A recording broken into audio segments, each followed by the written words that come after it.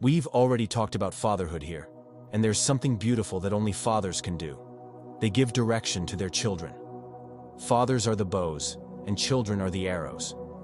When you shoot an arrow, which one moves? The bow or the arrow? It's the arrow. Because where the parents don't go, they release their children to go. Wow. My God. Listen, don't be afraid of having children. Every prosperous man has children. Each child comes with a portion of provision under their arm. When Jesus came to earth, he didn't call God just God. He called him Father. Why? Because religion presents you with a God, but the Son reveals a Father. Let's go deeper. Because every time you see God only as God, you offer sacrifice. But every time you see him as Father, you offer obedience. And obedience is better than sacrifice. Why is obedience better than sacrifice? Because every act of disobedience demands a sacrifice. Disobey, sacrifice. Disobey again, another sacrifice. But in the New Testament, God says, I didn't call you to sacrifice, I called you to obey. Why? Because Jesus became the sacrifice.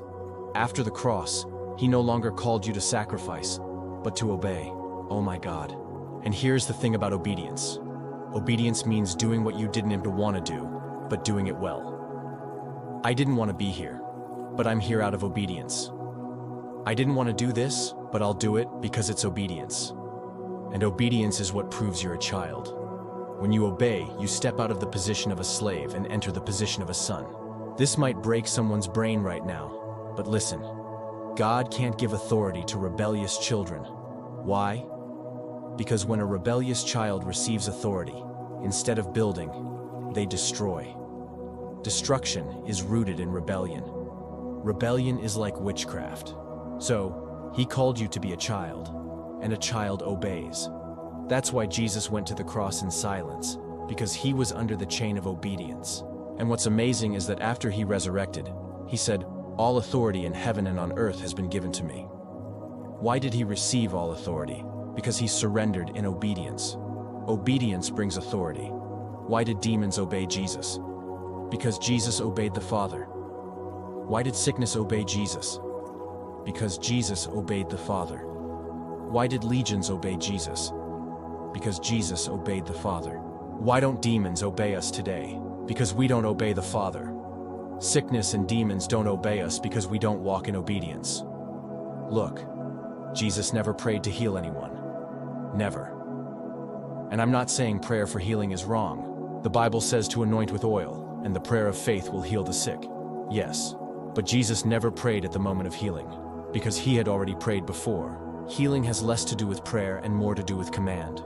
That's why he said, go, see, speak. He had prayed before. Can I talk about prayer? It's the thing we speak about the least. But prayer is like a deposit. You can only withdraw what you've deposited. If there's no deposit today, there's no withdrawal tomorrow. That's why when Daniel was thrown in the lion's den, he didn't pray in there. He had already prayed before. Are you getting this? Daniel prayed ahead of time.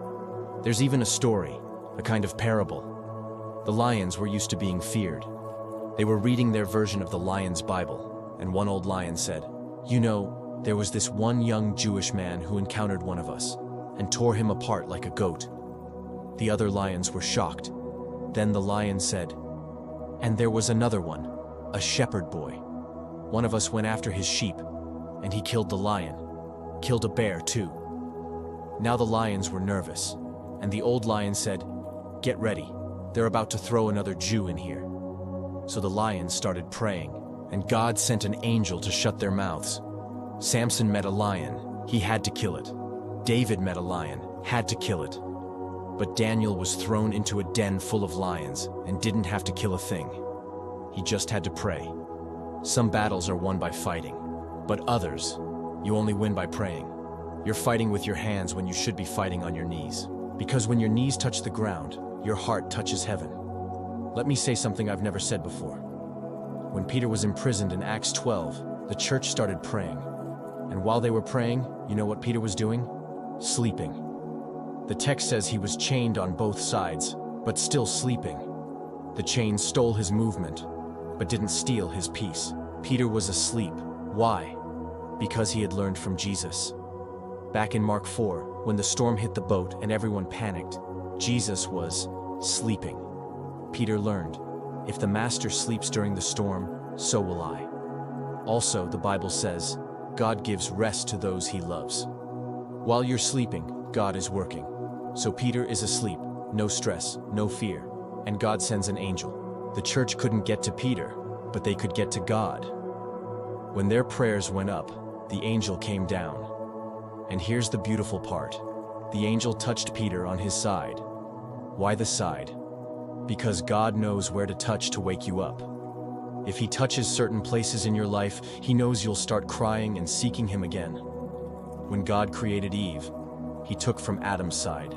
When Jesus was on the cross, the soldier pierced his side, and blood and water came out. When a woman gives birth and her water breaks, it's blood and water that flows. At creation, the side gave birth to Eve. At the cross, the side gave birth to the church. So the angel touches Peter's side and says, "Get up." And when Peter stood up, the chains fell off. You know why many chains haven't fallen off yet? Because some people are waiting for the chains to fall before they stand. But God is saying, stand up first, and then what binds you will fall.